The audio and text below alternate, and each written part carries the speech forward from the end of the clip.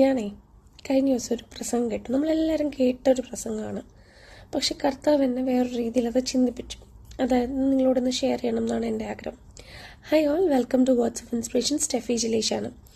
നമ്മളെല്ലാവരും കേട്ടൊരു സെർമനാണ്. അതായത് പാറമേൽ വീട് പണിത ആൾ, മണൽമേൽ വീട് പണിത ആൾ, കാറ്റും മഴയും വന്നു.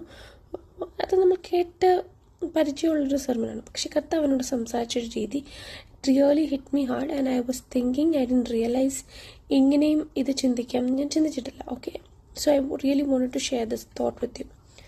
അതായത് നമുക്കറിയാം, പാറമേൽ വീട് പണിത ആൾ ഒത്തിരി ടൈം എടുത്താണ് പണിഞ്ഞു വരുന്നത്. ഓക്കെ, ബൈ ദ ടൈം ഒരു ഫൗണ്ടേഷൻ ആയപ്പോഴത്തേക്കും മറ്റേ ആൾ വീട് പണിഞ്ഞ് എൻ്റെ അകത്ത് കയറി താമസിച്ചു.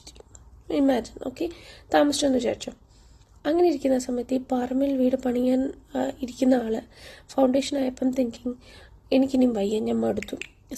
എൻ്റെ കൂടെയുള്ളത് എൻ്റെ സമപ്രായക്കാരെന്നേക്കാളും പ്രായം കുറഞ്ഞവരെല്ലാം വെൽ സെറ്റിൽഡ്, ഇതായിട്ടിരിക്കുമെന്ന് വിചാരിച്ചു, എക്സ്റ്റാബ്ലിഷ്ഡ് ആയിട്ടിരിക്കുകയാണ്. ഞാൻ മാത്രം ഇപ്പോഴും സ്ട്രഗിൾ ചെയ്യാണ്. ഞാൻ സ്ക്രാപ്പിൽ നിന്നിങ്ങനെ ബിൽഡ് ചെയ്ത് വരുന്നതേ ഉള്ളൂ. I really can't go through all this things എന്ന് വിചാരിച്ചു. എന്നിട്ട് I am thinking I can't do this anymore. ഞാൻ ഇതിൽ നിന്ന് വിടുവാണെന്ന് പറഞ്ഞിട്ട് അതിൽ നിന്ന് മാറിപ്പോയെന്ന് വിചാരിച്ചു. മാറിപ്പോയിട്ട് when trouble comes you will see. കാറ്റും മഴയും വന്നപ്പോൾ ഈ മണലിനുള്ള വീട് ഒലിച്ചുപോയി. എനിക്ക് തിങ്കിങ്, എൻ്റെ ഫൗണ്ടേഷൻ ഇപ്പോഴും അവിടെ ഉണ്ടല്ലോ എന്ന് പറഞ്ഞ് തിരിച്ചു വരുന്ന സമയത്ത് ആ ഫൗണ്ടേഷനിൽ വേറൊരാൾ വീട് പണിഞ്ഞിരിക്കുന്നത് കാണുമ്പോൾ നമ്മുടെ കയ്യിൽ എന്തായിരിക്കും, നമ്മുടെ തോട്ട് എന്തായിരിക്കും? What we have.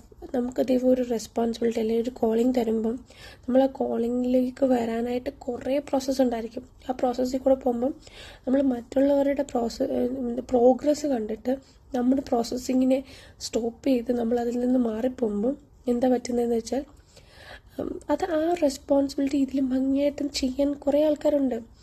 അപ്പം അവർക്ക് കൊടുത്തു കഴിഞ്ഞാൽ what will happen?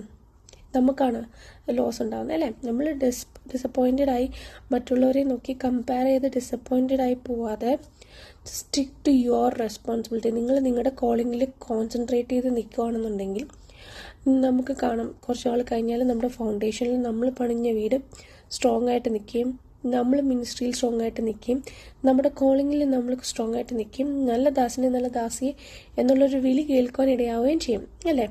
Rather than comparing others, അല്ലെങ്കിൽ മറ്റുള്ളവരുടെ ഇത് നോക്കി അതും ഇതും ചിന്തിച്ച് നമ്മുടെ ഡിസപ്പോയിൻറ്റഡ് ആവാതെ B strong. Your calling is very strong. So അതിൽ മറ്റുള്ളവരെ കണ്ട് ഡിസപ്പോയിൻറ്റഡ് ആവരുത്.